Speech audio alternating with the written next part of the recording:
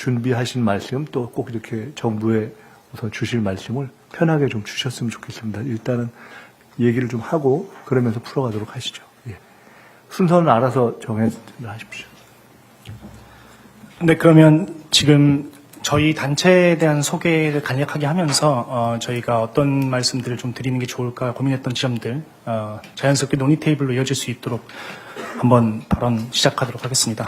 일단 전국 총학생회 협의회는 2020년도 코로나19 코비드19 시국에 학습권이 침해되었다고 해서 온라인으로 전환되면서 수업이 학습권이 침해되었다고 해서 총학생회장들이 약 100여 개 총학생회장들이 연대한 연대체입니다. 전국 총학생회 협의회는 당시 이후로 해서 지금 최근에는 이제 2010년도부터 해서 전직 총학생회장들까지 같이 좀 활동들을 하기 시작하면서 2010년대 이후 총학생회장들이 활동하기 시작하면서 전현직 총학생회 연합이 출범을 하게 됐습니다. 전현직 총학생회 연합 같은 경우는 대학생 담론을 넘어서 청년 담론에 대한 것들, 그래서 청년 문제에 대한 것들의 해소를 위해서 목소리를 내는 단체라고 생각을 하시면 될 것 같습니다. 두 단체는 자연스럽게 청년 문제, 대학생 문제들이 얽혀져 있기 때문에 같이 공조 협력하는 구조라고 생각하시면 좋을 것 같고요. 전현직 총학생연합 같은 경우는 이런 어떤 청년들의 문제 지점부터 시작해서 사회 문제에 이르기까지 최근에는 12.3 계엄 때 전현직 총학생의 규탄 연대라고 해서 그런 활동들까지도 같이 진행한 이력이 있습니다. 그런데 사실 제가 이제 코로나 때 그리고 12.3 계엄 때 이 말씀드린 이유는 뭐냐면 저희는 진영 논리를 떠나서 대한민국의 정의가 올바로 서는 데 있어서는 목소리를 가리지 않습니다. 그런 측면에서 지금 현재 참정권이 훼손된 6.3 지방선거 같은 경우는 저희 역시도 목소리를 내지 않을 수 없는 사건이라고 생각을 하고 있습니다. 그래서 우리 지금 현직 총학생회장들 그리고 전직에서 활동하고 있는 사회에서 활동하고 있는 총학생회장들이 모여서 오늘 총리님을 뵙고 정부 차원에서 해야 되는 역할들 그리고 국회 차원에서 해야 되는 역할들을 우리 헌법상 독립기구라고 하더라도 분명히 선거를 통해서 당선되고 운영이 되는 이 주체들의 역할이 필연적이라고 저희는 보고 있습니다. 그런 차원에서 우리 총리님께서 정부의 역할들을 하시는 방향에 대한 것들을 경청하고 싶고 또 우리 청년들의 목소리를 총리님께 전달해서 국회에 이르기까지 역할들을 좀 요청드리고 싶습니다. 그래서 이후로는 저희 자연스럽게 우리 사무국장이 각 앞서 전달드린 어떤 논의 지점들 그 주제에 따라서 총학생회장들이 현직 전직 총학생회장들이 발언하면서 질문 드릴 수 있는 방향으로 진행할 수 있도록 해보겠습니다. 참고로 제가 정부를 대표하기도 하고 또 국회 다수당이면서 현재 이제 민주당의 소속 의원이기도 하기 때문에 국회에 대한 말씀도 같이 하셔도 전할 수 있을 것 같습니다. 좀 편하게 말씀하시죠. 예. 저는 이제 전현직 총학생연합의 사무국장을 맡고 있는 김태헌이라고 합니다. 금일 이제 관련된 내용들에 대해서는 총학생 회장님들께서 직접적으로 관련된 내용으로 발제를 진행해 주실 거고요. 발제된 내용을 최종적으로 다 들으시고 총리님께서 혹은 유관 기관장님들께서 말씀을 주시면 될 것 같습니다. 저희는 크게 네 가지 주제를 오늘 다뤄볼 예정입니다. 첫 번째는 현 사태, 작금의 사태에 대한 전수조사에 대한 영역. 두 번째는 현 사태에 대한 책임 소재를 규명하는 것. 세 번째는 이에 대한 선관위 쇄신과 제도 개선의 영역. 마지막으로 청년 대학생들의 의견을 종합하여 이야기하도록 하겠습니다. 먼저 전수조사와 관련하여 동국대학교와 숭실대학교 총학생회장님께서 발제해 주시겠습니다. 동국대학교 총학생회장님 먼저 발제 부탁드립니다. 네, 안녕하십니까. 동국대학교 총학생회 비상대책위원장 조승우라고 합니다. 총리님 120주년 기념식 때 뵙고 또 간만에 뵈어서 네, 반갑습니다. 일단 좀 짧게 말씀드리자면 6.3 지방선거와 관련해서 선거 관리 절차 전반에 대한 검증과 점검이 필요하다는 의견이 많습니다. 이에 따라서 선관위에 대한 전수조사나 국정감사 필요성을 주장하는 목소리도 많은데요.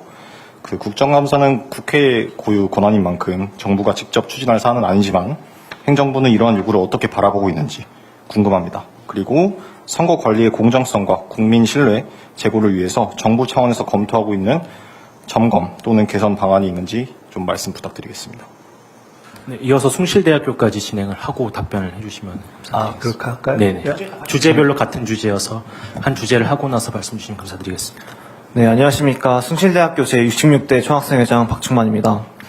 추가로 말씀드리자면 진상규명을 진행하실 때 위헌이나 위법적인 요소에 대해서 좀 더 투명하게 공개해 주셨으면 좋겠습니다. 공직선거법 제108조를 보면 여론조사 결과 공표 금지 조항이 존재합니다. 하지만 일부 투표소에서 투표 시간이 연장되었음에도 불구하고 출구 조사 결과를 발표되는 등 여러 가지 문제가 되는 사항이 있다고 판단했습니다. 이러한 부분 좀 더 신경 써가지고 투명하게 공개해 주심을 요청드리는 바입니다.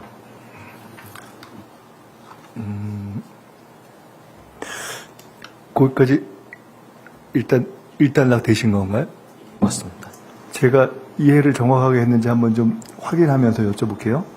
지금 말씀하신 거는 전수조사, 진상규명, 그다음에 뭐 국정감사 등을 포함해서 등등에 대해서 정부가 어떤 의견을 가지고 있나 그렇게 이해하면 되나요? 네, 의견과 더불어서 좀 어떻게 좀 작용하고 힘을 불어넣을 수 있는 방향에 대해서 질의드리고 싶습니다. 우선 한 가지만 여쭤볼게요. 지금 전수조사라는 개념은 무엇에 대한 전수조사인가요? 가령 지금 투표용지가 부족한 곳으로 현재까지 문제가 되고 확인된 그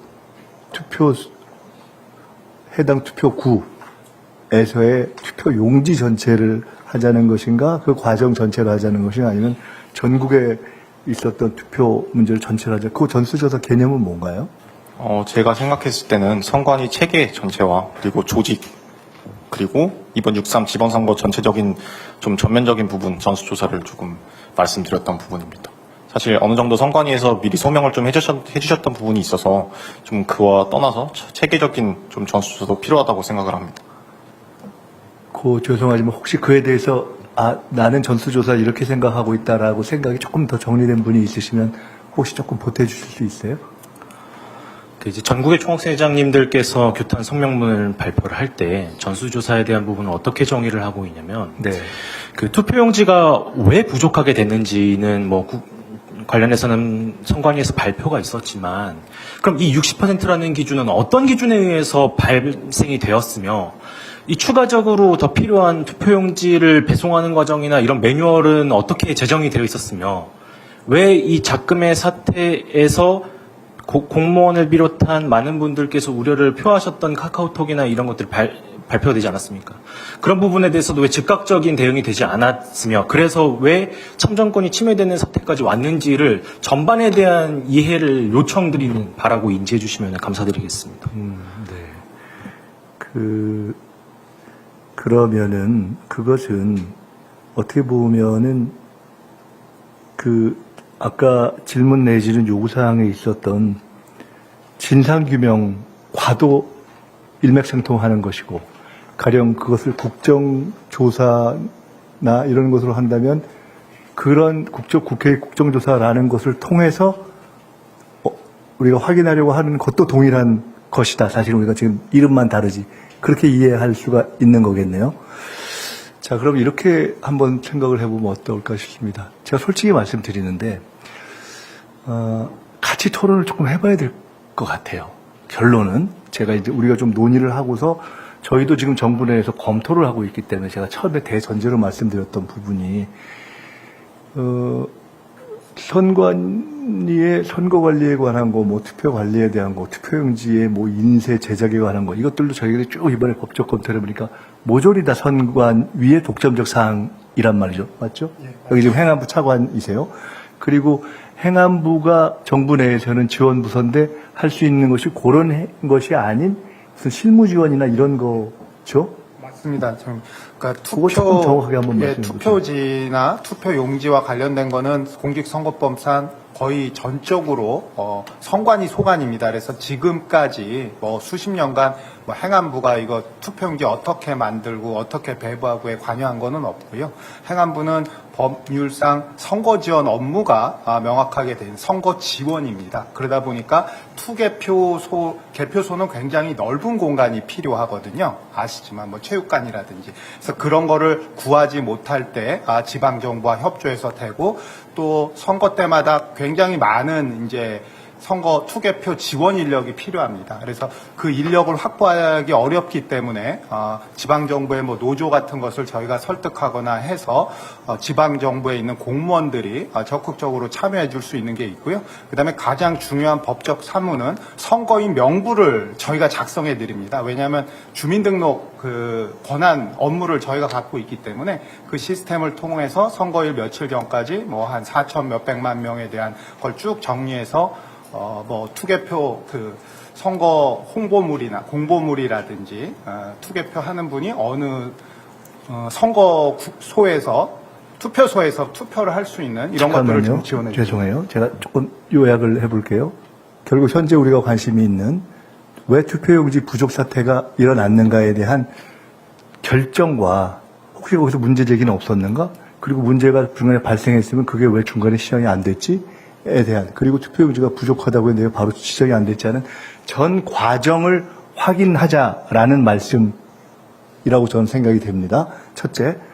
두 번째, 그런데 지금 행안부 차관께서 말씀하신 것은 현행 헌법과 법률상으로는 지금 우리가 파악하려고 하는 그 사안들은 완전히 고유하게 선관위의 독점적 사항이고 그동안에는 다른 법률적 방식이나 또는 감사라든가 외부의 어떤 감시, 감찰 이런 방식으로 들여다볼 수 있는 방식은 현재까지는 없었다 하는 것이 이제 두 번째 문제이고요.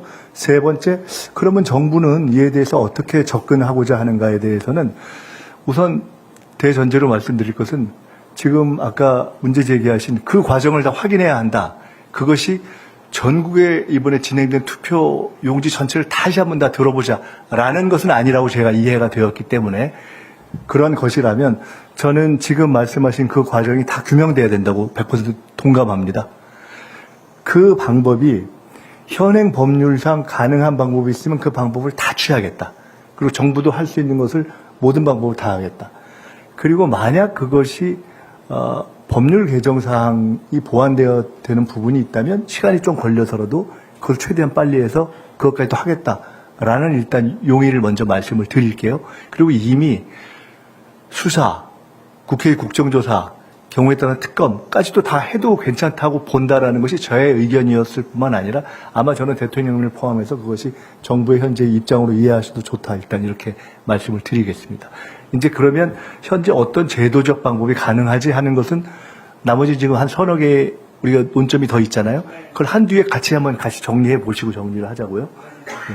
일단 정부가 과연 이 문제에 대해서 깨끗하게 규명하자는데 여기 있는 우리 학생들과 생각의 출발점과 어떤 문제의식과 강도가 같은가라는 것을 확인하고 싶으신 것 같아서 그 점에 있어서는 100% 공감이다라는 말씀을 드리는 것으로 첫 번째 요 항목은 넘어가면 어떨까 싶은데요. 그렇게 해보죠. 예, 좋습니다. 감사합니다. 다음으로 책임 소재 규명에 관련해서 서울시립대학교에서 발제 진행해 주시겠습니다. 예, 안녕하십니까. 서울시립대학교 제62대 총학생회장 이찬민입니다. 네, 먼저 흔쾌히 또 이런 간담회 자리를 허가해 주셔서 서울시립대학교 총학생회는 금요일 오전 학생사회 의견 수렴을 진행해서 약 550여 명 정도의 학우분들의 의견을 받았습니다. 그중 이제 자유의견에서 가장 많이 제기된 요구에 대해서 말씀드리고자 하는데요. 일단 먼저 말씀 주셨듯이 진상규명에 관련된 부분입니다. 책임 소재를 명확히 규명하실 구체적인 계획이 있으신지 여쭙고 싶습니다. 다만 이전 질문에서 어느 정도 답변이 좀 되었다라고 생각을 합니다. 그리고 두 번째로는 사실 책임 규명과 이어지는 부분인데요. 국민의 참정권이 침해됐다는 해석은 이제 대부분이 공감하는 것 같습니다. 근데 그것뿐만 아니라 이제 국민이 선거관리 기관을 과연 이제 신뢰할 수 있을지에 대한 문제도 남아있다라고 생각을 합니다.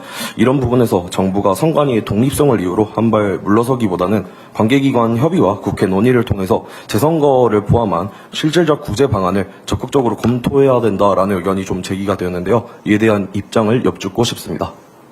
요거는 또 보태실 분 안 계신가요? 추가로 뭐 어떤 내용적인 측면에서 조금만 보태드리면은 지금 서울시립대에서 말씀을 주신 내용은 그 앞서 말한 전수조사와 다르게 전수조사를 진행을 하다 보면은 저희가 피해자라는, 그러니까 참정권을 침해당한 국민이 파악이 될 거지 않습니까? 그렇다면 이 발견된 참정권을 침해당한 국민들에게 어떻게 구제권을 줄 것인가, 어떻게 구제할 것이고, 이들에게 그렇다면 그 방법 중에서는 지금 재선거나 이런 부분들이 이제 청년들 사이에서는 얘기가 나오고 있다 보니 이에 대한 부분을 이제 정부 쪽에 전달을 드리는 거라고 인지해 주시면 감사드리겠습니다. 우선 이게 다 하나하나가 우리가 정말 처음 경험해보고 어려운 사안이어서 저도 정부 내에 논의를 거친 사항은 아니라는 전제하에서 우선 제가 감을 좀 말씀드릴게요. 우선 첫 번째로 책임자의 책임 문제 내지는 책임 규명의 문제는 저는 두 가지 측면이 있다고 봅니다. 도의적, 정치적 내지는 총괄적, 관리적 책임의 사안이 하나가 있고, 또 하나 아주 구체적인 실제 우리가 하나하나 이렇게 점검을 해봐서 어디서 직무에 어떤 위반이 이루어졌거나 유기가 이루어졌거나 해태가 이루어졌거나 또 알문서도 그냥 고의로 덮었거나 하는 부분이 있는지를 확인하는 두 가지 측면이 있다고 보는데요. 사실은 이 정도 되면은 정말 제 개인적인 의견입니다. 저는 선관위에 일정한 고위직에 있는 사람들은 다 물러나야 될 사안이라고 생각합니다. 이거는 일단 저는 그렇게 보고요. 그리고 아까 말씀처럼 우리가 이제 국민들이 인정할 수 있는 방법으로 이 진상규명이 진행된다면 지금은 예를 들어 우리가 아까 말씀하셨던 국정조사의 문제는 저는 개인적으로는 그것이 하는 게 좋다고 보는데 일단 여야 간 합의를 해야 되니까 거기서 된다면 또는 뭐 특검이 된다면 거기서 구체적으로 이 최단 기간 내에 사안을 밝혀내면 저는 거기서 아까 얘기했던 두 번째 측면에 아주 구체적인 실질적 책임자의 문제를 밝혀서 그에 맞는 각각 수준의 법적 행정적 책임을 물으면 된다고 생각을 합니다. 일단. 근데 그 전에 현재의 법 수준에서 할 수 있는 것은 무엇인가? 그것은 제가 어제 행안부 장관, 어젠가 그제가 제가 이 상황 생기자마자 바로 행안부 장관께 말씀을 드렸는데 일단 수사를 착수했으면 좋겠다라고 했고 지금 행안부가 어떻게 하고 있나요? 그분은 아마 수사 대상이 되는지 검토하고 있습니다. 네, 바로 들어갔죠. 네. 그래서 아마 제가 그 얘기를 바로 했습니다. 그래서 아마 행안부와 또 경찰청장께서도 제가 그 문제를 국무회의방에 제기하니까 텔방에서 내일 고발인 조사부터 시작합니까? 네, 그래서 우선 할 수 있는 수사부터 하는 것인데 제가 그냥 뭐 우리가 다 그냥 허심탄회하게 말씀을 드리자면 이 사안이 정부에서 또는 경찰이 이렇게 수사를 하는데 우리 현실은 우리 사회나 우리 정치의 현실은 이것도 똑같은 걸 하더라도 정치적 입장에 따라서 혹시 이것이 공정하나 투명하거나 또는 편파적이냐라는 시비가 있을 수 있기 때문에 이걸 현재 정부의 지휘를 받는 경찰이 했을 경우에 다른 문제제기가 있을 수도 있다고 생각되기 때문에 저는 차라리 그런 공정성 시비를 없애는 차원에서의 국정조사나 특검도 애초부터 그렇게 적극적으로 하는 것이 좋겠다고 생각을 했던 겁니다. 그래서 그런 국민적 합의가 있는 그런 진상규명이 진행된다는 전제하에 그리고 우선 그 밑작업을 하기 위해서도 경찰에서 필요한 조사를 하라고 이미 얘기했고 지금 여기 같이 확인했듯이 내일부터는 구체적인 것이 진행이 될 것 같습니다. 피해자의 문제를 말씀하셨는데 이 또한 사실은 우리가 처음 경험해보는 문제여서 따지고 보면 이것은 가령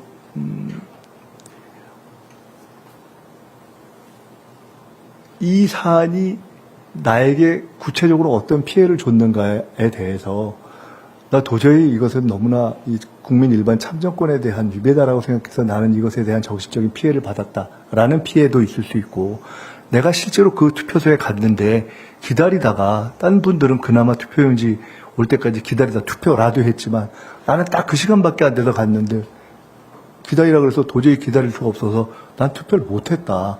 구체적으로 나는 정말 이건 참정권을 완전히 침해당했다라고 하는 분이 자신의 어떤 그 침해에 대해서 법적인 문제 제기를 하면 약간 또 다른 법적 판단이 있을 수도 있는 건 아니겠어요?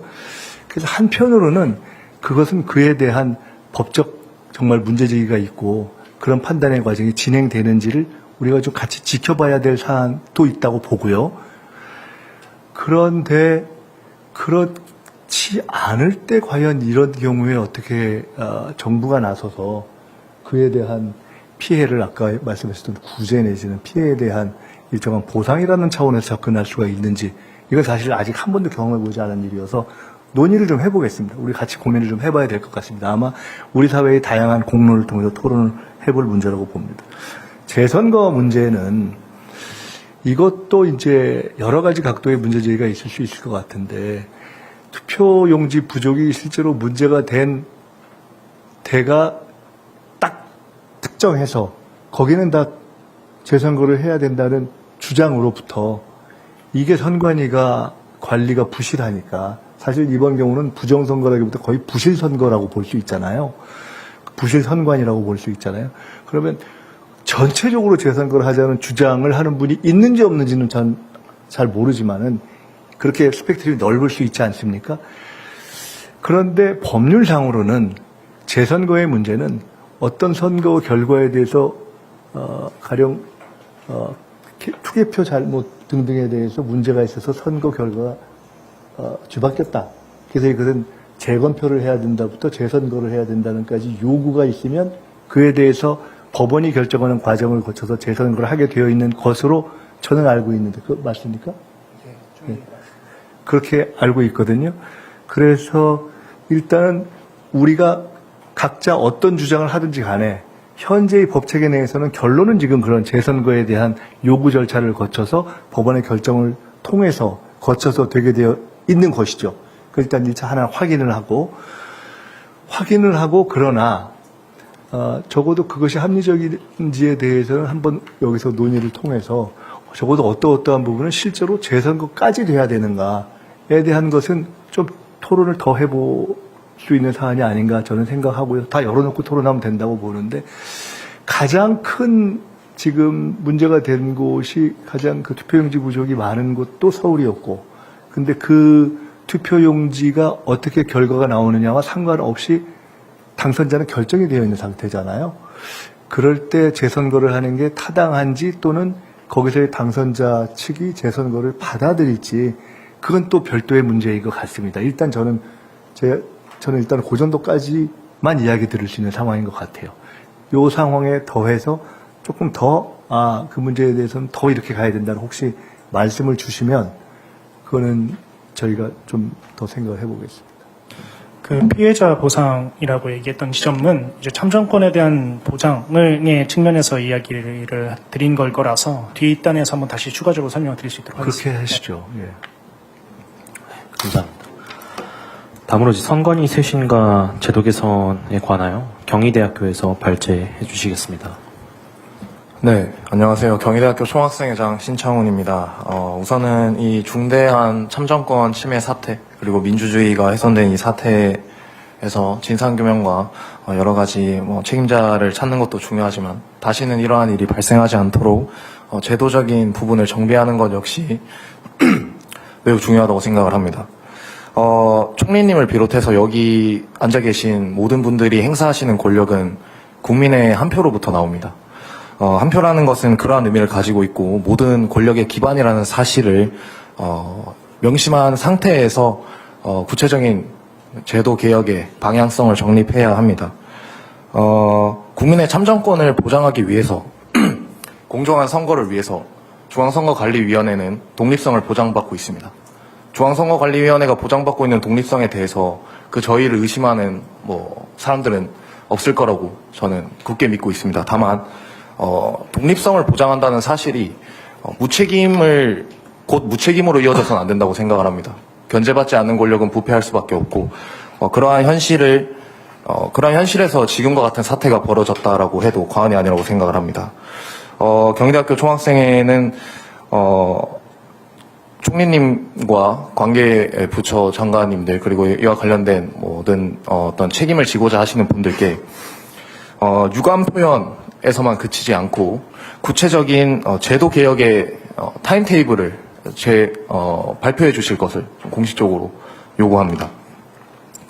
선관위의 독립성을 훼손하지 않는 범위 내에서 선관위의 어떤 방만한 운영을 예방할 수 있는 그러한 제도적인 방안을 마련해 주실 것을 요구드리는 바이고요.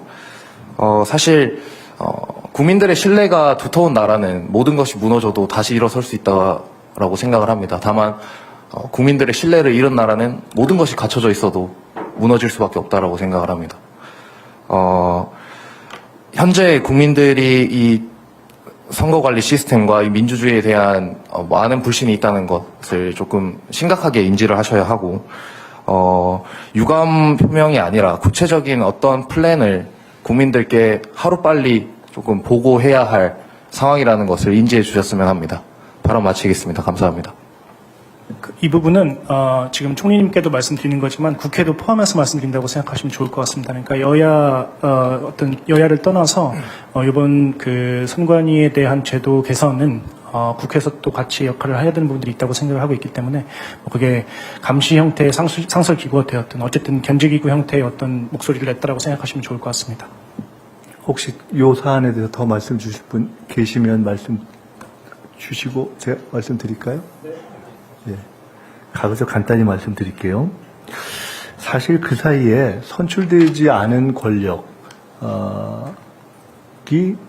더구나 견제받지 않고 사실상의 권력을 행사하는 문제에 대해서 국민들의 많은 문제제기가 있었고 그 대표적인 경우에 하나가 사실은 검찰이고 또 법원에 대한 문제제기 아니었습니까? 근데 이제 그런 사법부를 넘어서 이번에 선관위는 그런 각도에서 본질은 같고 이번 투표용지 사태를 통해서 이것이 굉장히 중요한 그 국민의 눈으로 또 지켜봐지고 견제되고 감시돼야 되는구나 하는 것이 이제 확인된 사안이죠. 그래서 그 점에 대해서 저는 원칙에 대해서 동일하게 생각을 합니다. 두 번째로 그런데 아까도 처음부터 말씀드렸지만은 이게 지금 선관위의 일종의 독립성을 철저하게 보장해 주는 것이 대통령을 포함한 정부의 어떤 기관으로부터도 사실 그 구체적인 그 운영 내지는 권한 행사, 선관위의 권한과 업무 행사에 대해서는 통상적으로 정부 기관의 대부분이 받는 감사원 감사도 안 받게 되어 있죠. 예. 그래서 그것이 헌법 사항일 겁니다. 그렇게 되나요? 감사원 감사 그때 자녀 채용 문제로 예. 하려고 했었는데 직무감찰을 헌법재판소에서 위헌이 된 거죠. 이게 참 지금 골치 아픈 문제여서 그 몇 가지 방법이 있을 것 같습니다. 우리가 이제 이런 쪽으로 생각해 보면 헌법에 해당되는 부분을 명료하게 해서 개정하는 방안이 있고 또는 감사원 감사를 포함한 예를 들어 선관위에 대한 일정한 외부에서의 직무 감독 권한 이것을 감사원법 같은데 개정을 하고 그것이 위헌이 아니라고 헌법재판소에서 결론을 내주는 방안. 근데 그건 사실 실제 해서 결론이 나는 과정까지 지켜봐야 되니까 현재로서는 알 수가 없고요. 그리고 세 번째로 지금 말씀하신 현행 헌법 내지는 법률 체계를 건드리지 않으면서 뭔가 할 수 있는 방법을 좀 찾아내라는 말씀이잖아요. 좀 찾아보겠습니다. 그 지금 찾고 있는 지금 아직까지 혹시 행안부에서 뭘 좀 검토한 게 있어요? 해야 될 것 같습니다. 그게 참 잘 안 나와. 그래서 아까 이제 얘기 나온 게 현재 일단 할 수 있는 것은 수사 착수 정도인 거라고 지금 판단이 됩니다. 하나 더 여기에 대해서 말씀드리면 최대한 빠른 시간 내에 아마 이미 혹시 내일 모임이 공개가 됐습니까? 그건 아닌가요? 예. 이 문제에 대해서는 대통령님께서도 깊은 관심을 갖고 계시고 이 문제에 대해서 이거는 참정권 원칙 기초해서 또 국민들과 우리 학생들이 문제 제기하는 것에 철저히 공감하시면서 이 문제는 철저한 진상규명과 책임규명이 돼야 된다라고 말씀하셨기 때문에 어떤 방법으로 이 제도 개선을 할 것인가에 대해서 저희들이 논의하겠습니다. 그래서 최단 기간 내에 그 또한 제시하고 방법을 찾아서 같이 여러분과도 의논하고 또 사회적 토론에도 붙이겠습니다. 당연히 그 과정에는 선관 이 정도 되면 선관위는 사실 선관위 자체 내에서 이 사안에 대해서 아까 전수조사라고들 표현하셨던 전 과정에 대해서 스스로 내어놓고 국민들 또는 외부에 그것을 지켜보거나 이렇게 그 과정을 확인하고 또 검증할 수 있는 그런 방식을 스스로 내어놓는 저는 그런 검증 방식과 이번 과정에 대한 공개를 스스로 우리가 이해할 수 있는 방식으로 하는 것이 맞다고 생각이 됩니다. 그것을 아마 우리가 오늘 이런 논의를 하는 것 자체가 그에 대한 요구로 작동하지 않을까 싶고요. 선관위에게도 이런 시간을 빌어서 빨리 그렇게 국민들이 납득할 수 있는 자체 이 문제에 대한 규명과 책임을 확인하는 절차를 시작해달라는 이야기를 우리가 같이 전하는 것으로 했으면 좋겠습니다. 예. 답답하죠. 그러니까 사실 저도 지금 말씀을 나누면서 좀 답답함이 있는데 그럼에도 불구하고 한편으로는 이것이 이 선관위 이번 투표용지 부족 사태가 규명하고 책임을 정확하게 하고 제도를 개선하는 데 있어서 어떤 헌법적 법률적 이 벽이 일정에 존재하는가에 대해서 한편으로는 좀 확인하는 의미는 있다고 생각이 됩니다. 예. 그 다음 이거 넘어가기 전에 지금 말씀해주신 어떤 제도 개선의 측면에서 뭐 토론도 하고 논의 과정도 같이 겹치겠다는 말씀을 주신 부분들을 좀 더 적극적으로 좀 요청드리고 싶은 부분은 저희 청년단체 저희 외에도 좀 다양한 청년단체들이 있고 또 시민사회에서 각계각층에서 활동하고 계시는 구성원들이 국민들이 계신데 더 열린 방향으로 참여할 수 있는 구조를 만드셔서 저희를 비롯해서 뭐 위원 형태일 수도 있는 거고 뭐 다양한 형태로 저희가 참여해서 이 제도 개선하는 데 목소리를 낼 수 있는 구조를 좀 만들어 주셨으면 좋겠습니다. 그렇게 되어야지 지금 현재 선거 제도가 지금 참정권이 훼손된 이 현 상황에서는 폐쇄적 운영은 적합한 방식은 아닌 것 같아서 이렇게 말씀드립니다. 네. 고맙습니다. 제가 말씀을 드리고 또 들으면서 사실 비슷한 생각을 하고 있었는데요.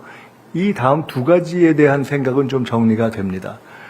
하나는 지금 이미 제기되고 있는 우선 선관위 자체에서 앞으로 진행하는 절차가 어찌 되든지 간에 그것이 만족스럽지 않을 가능성이 대단히 높기 때문에 또 국민들의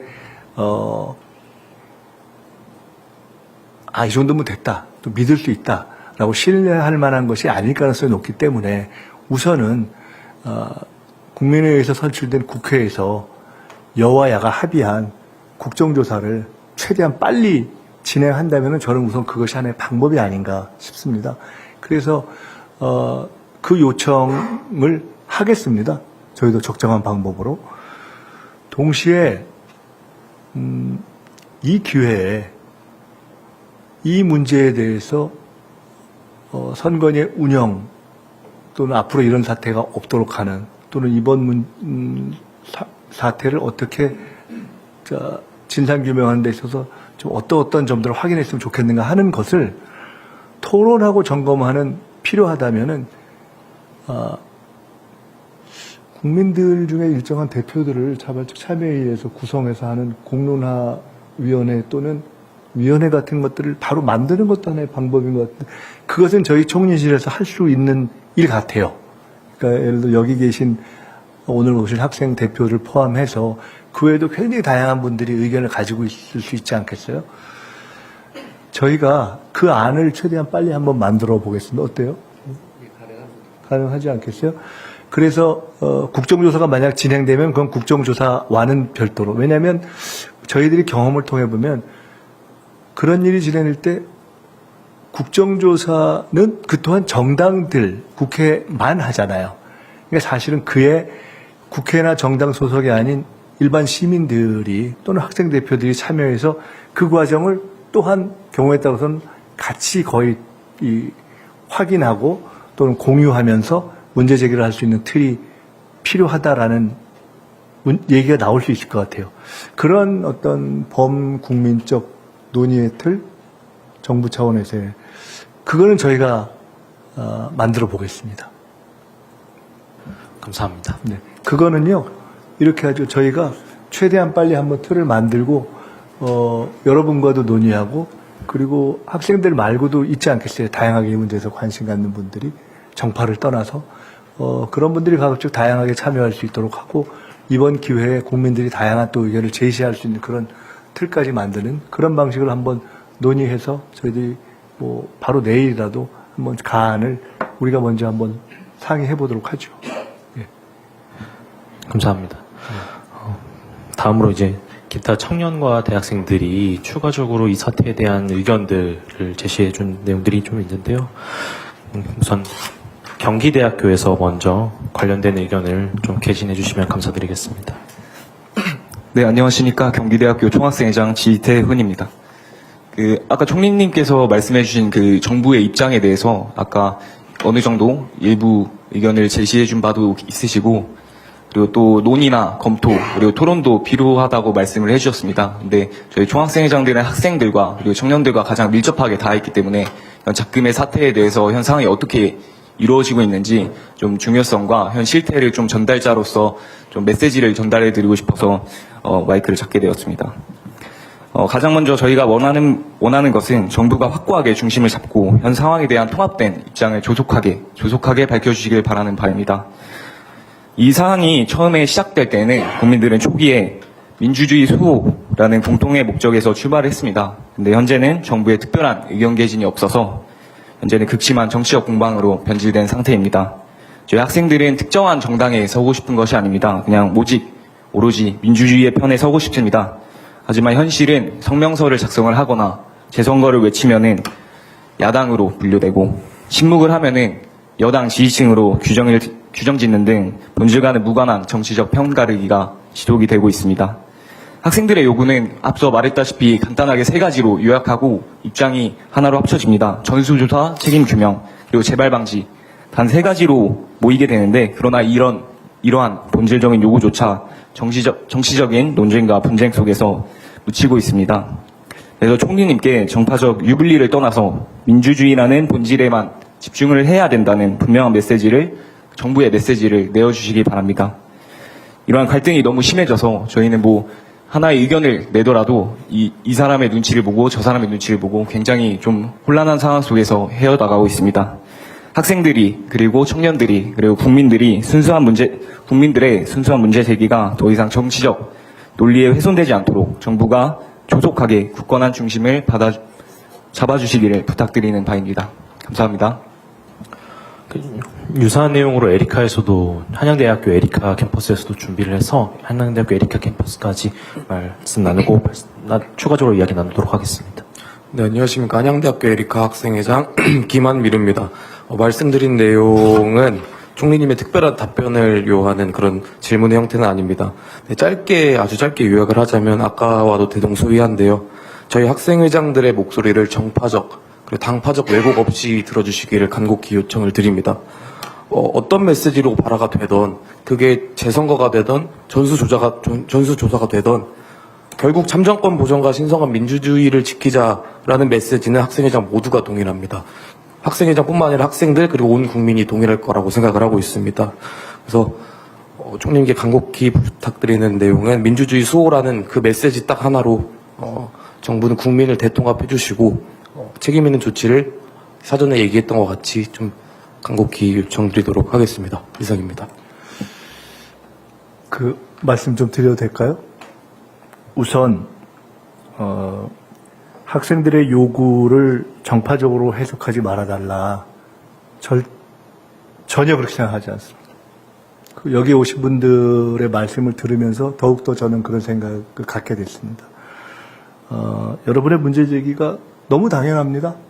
제가 지금 딱 그 자리에, 그 나이에, 이 상황에 이런 문제를 접했을 때도 저는 같은 문제의식과 감정을 가졌을 것 같습니다. 그렇기 때문에 전혀 그렇게 생각하지 않는다는 말씀을 드리고요. 또 여러분들도 정부가 이 문제에 대해서 혹시 정파적으로 이해하거나 어떤 입장을 가지지 않을까라고 생각 안 해주셨으면 좋겠어요. 그럴 이유가 없어요. 여러분도 그럴 이유가 없듯이 저희도 그럴 이유가 없어요. 말씀 주신 것처럼 이것은 민주주의의 문제입니다. 참정권의 문제고. 그래서 이 문제에 대해서는 원칙적으로 우리 학생들과 정부가 뭐 저도 개인적으로 그렇고 뭐 대통령님도 그렇고 전적으로 동일한 출발선 위에 서 있다. 저는 이렇게 생각을 합니다. 그리고 오히려 앞으로 이것을 혹여 정파적으로 활용하려 하는 그런 경우가 있다면 오히려 여러분이 나서서 그 중심을 잡아주세요. 저는 그리고 그렇게 해주시겠구나 하는 생각이 들었습니다. 그리고 두 번째는 결국은 세 가지 요구라고 말씀을 주셨지 않습니까? 진상을 명확하게 규명하는 것, 책임을 명확하게 밝히고 책임을 묻는 것, 그리고 제도 개선을 해서 재발을 막는 것. 이 세 가지의 방향으로 가야 된다. 이 또한 전적으로 공감합니다. 그리고 이미 우리가 오늘 논의를 통해서 확인했듯이 이 세 개를 가는 데 있어서 현재 선관위의 거의 뭐 완전한 독립성에 가까운 무서불위의 독립성 수준에 가까운 그런 독립성이 오히려 국민들에 의한 정당한 감시와 견제로부터는 어긋나 있는 참 그런 어떤 독립성을 보장해 주려 했던 국민의 선의가 실제로 실현되지 못하는 역설을 우리가 보고 있는 거 아니에요? 이 선의를 정말 제대로 지켜지려 하려면 원칙적으로는 헌법을 개정해야 되는 것이 맞겠구나 하는 생각을 저는 사실 개인적으로 하고 있습니다. 많은 그렇게 헌법과 법률을 개정하는 문제를 별도로 하고 현재 우리가 공감할 수 있는 방법은 예를 들어 정부에서 할 수 있는 수사, 그 다음에 우리가 공감한 여야가 함께하는 국회 국정조사가 있고 포구 특검이 있을 수 있고 그리고 적어도 그 과정에 대한 논의를 모으기 위한 뭔가 범국민적인 논의체 같은 걸 한번 만들어보자. 그 정도를 지금 우리가 대략 공감을 가진 거잖아요. 그건 다 하자고요. 다 했으면 좋겠습니다. 그리고 최대한 빨리 하도록 했으면 좋겠습니다. 그래서 그렇게 하고요. 그리고 오늘 논의된 것을 제가 대통령님께도 말씀을 소상히 드리고 이에 대한 문제의식은 저보다도 오히려 대통령께서 더 먼저 문제 제기도 하셨고 강하게 문제의식을 갖고 계시기 때문에 당연히 우리 이재명 대통령님과 정부는 이 문제에 대해서 국민과 함께 또 여러분과 함께 원칙을 같이 하면서 풀어나가려는 입장을 가지고 있다 이렇게 제가 그냥 말씀드리겠습니다. 그래도 될 것 같고요.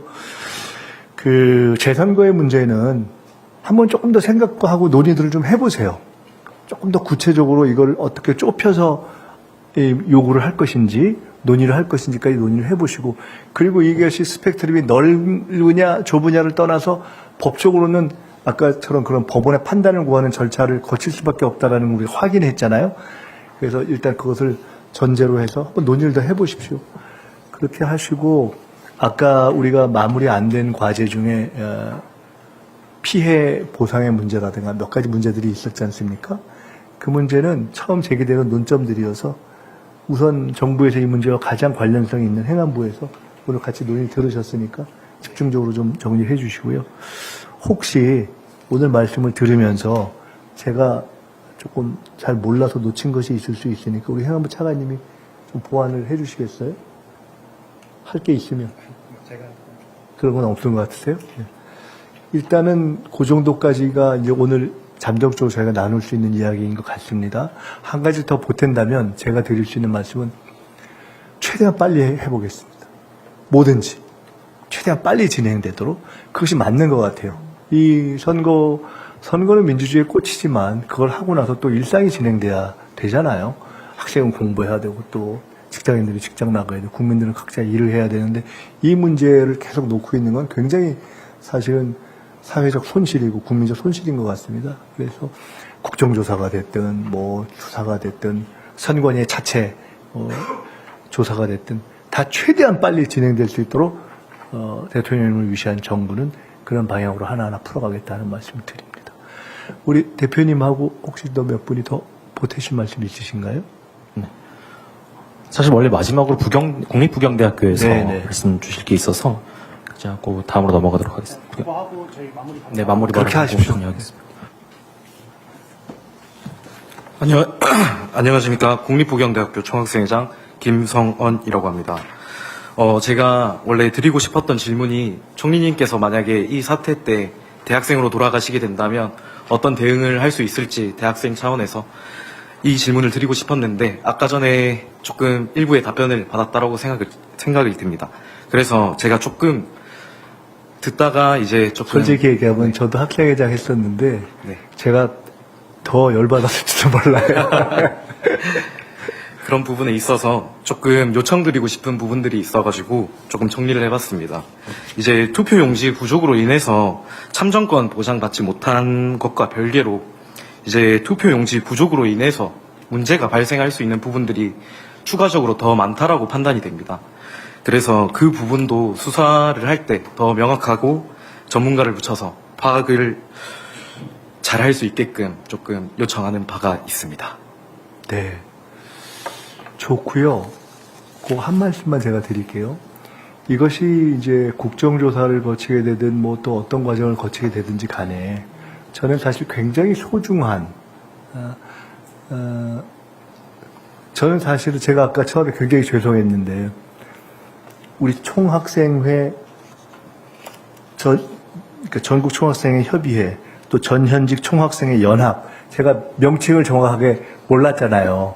그러니까 사실은 상대적으로 우리가 이렇게 총학생회 전이든 현이든 이 정치적 문제 또는 이런 문제에 대해서 목소리를 내거나 이렇게 논의를 같이 하거나 결집하는 것이 과거보다 우리가 과거라고 하는 건 한 20년 전, 30년 전보다는 덜하지 않습니까? 현실적으로. 그렇게 저도 생각하고 우리 사회적으로 그런 생각이 있잖아요. 근데 지금 계속 누누이 말씀하셨듯이 정파적인 것이 아니라는 취지에서 이렇게 모여서 논의를 하고 목소리 낸 게 좀 굉장히 의미 있다고 생각됩니다. 그래서 이 사안이 끝나는 과정까지 그 소중한 그것을 놓지 마시고요. 제도 개선이 어떻게 되든지 간에 그 과정에 대해서도 또 평가하는 과정에서도 계속 일정하게 뭐 정부든 또는 국회든 연결하시면서 계속 감시자로 남아주시면 좋겠다는 생각이 좀 일단 들었습니다. 예. 마무리 말씀 주시죠. 사실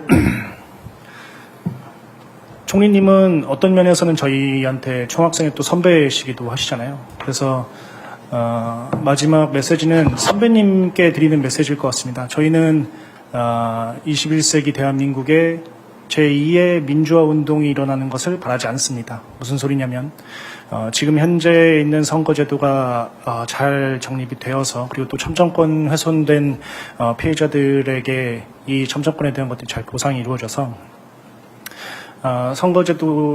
대한민국의 선거제도가 더 나은 방향으로 가서 민주주의의 꽃이라는 이 투표가 결실을 맺기를 바라고 있다라고 생각해 주시면 될 것 같습니다.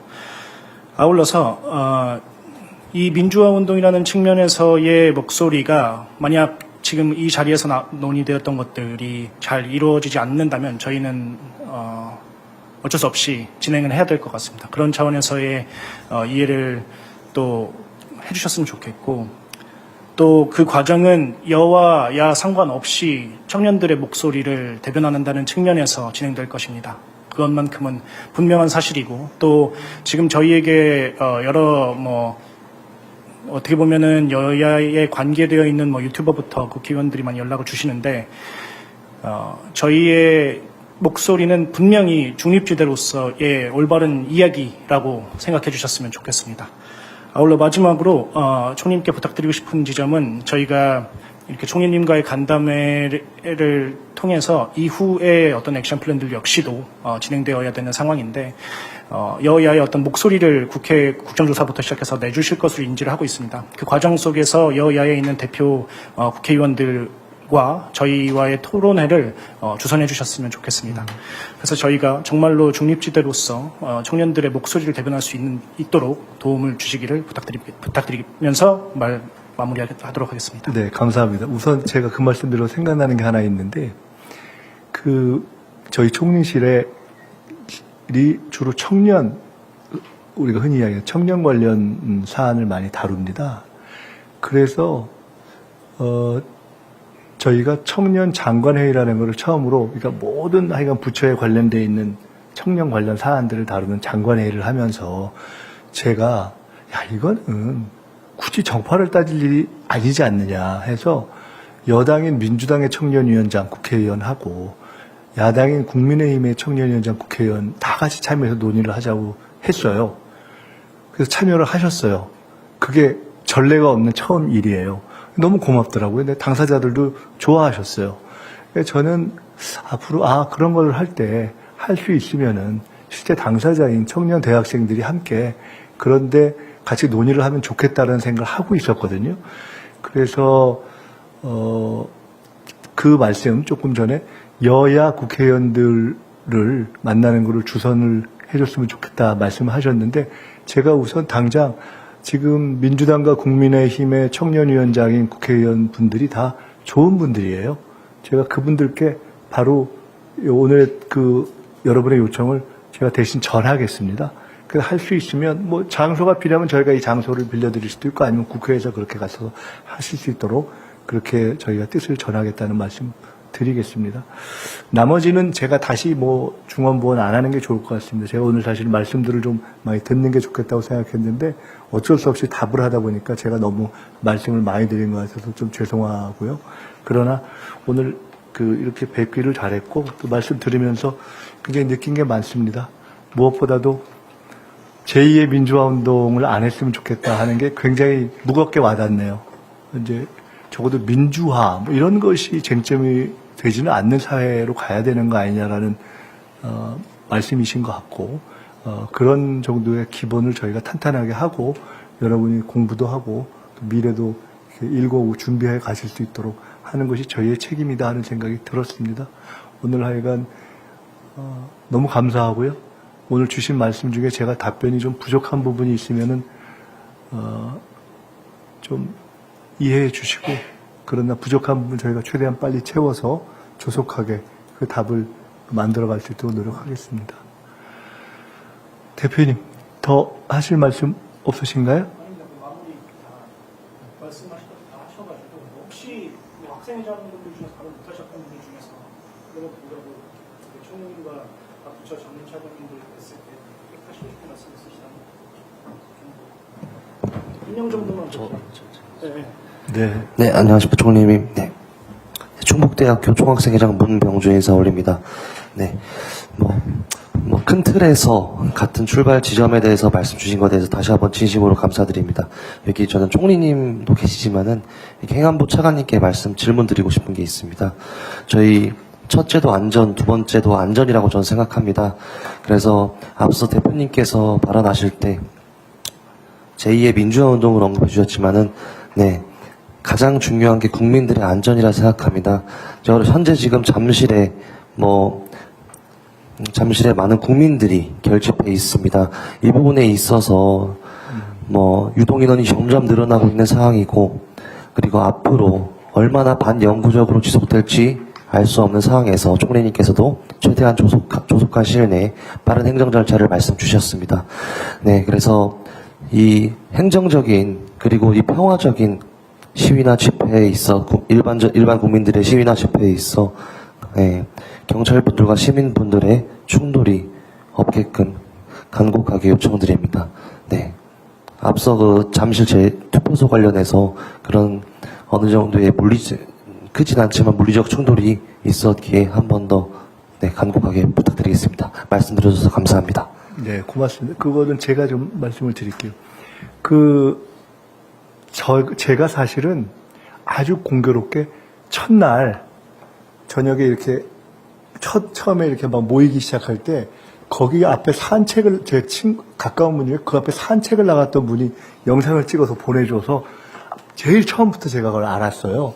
그래서 사실 그 영상을 저희 국무위원들한테 공유를 좀 했습니다. 이런 상황이 있는데 우리가 이 문제에 대해서 아주 주의 있게 함께 잘 지켜봐야 될 것 같다.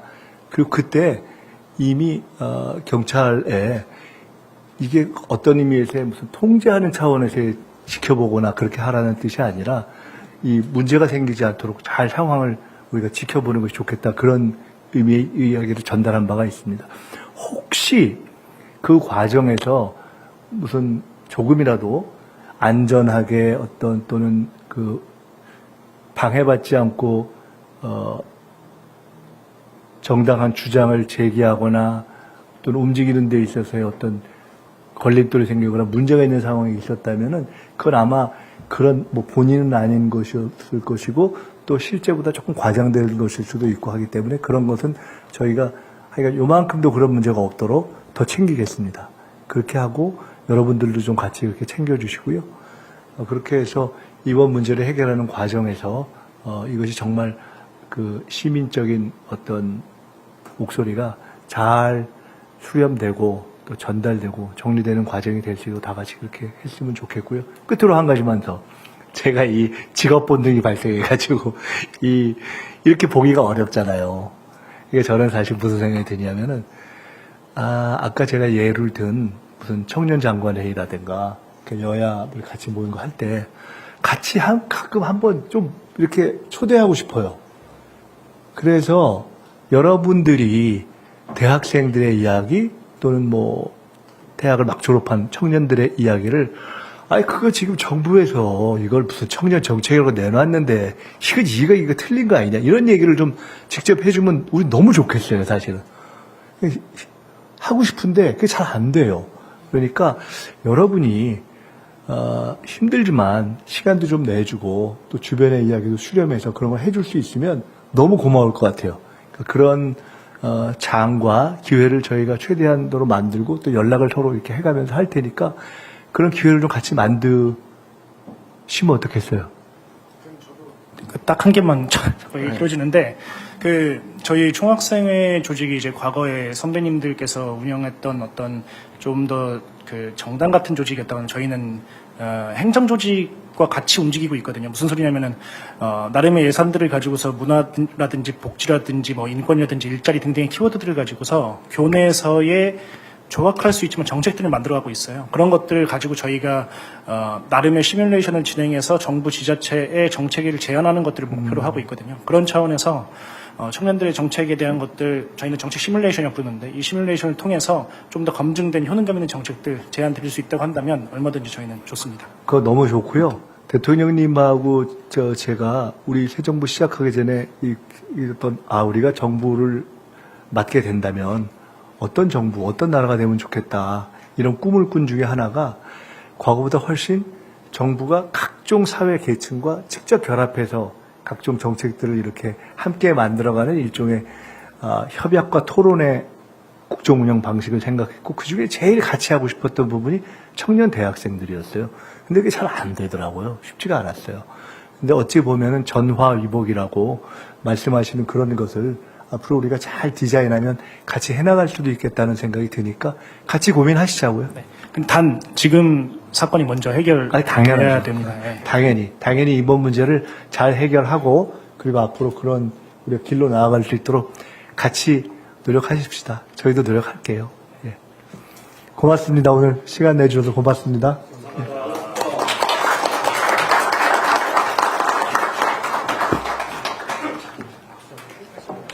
아유.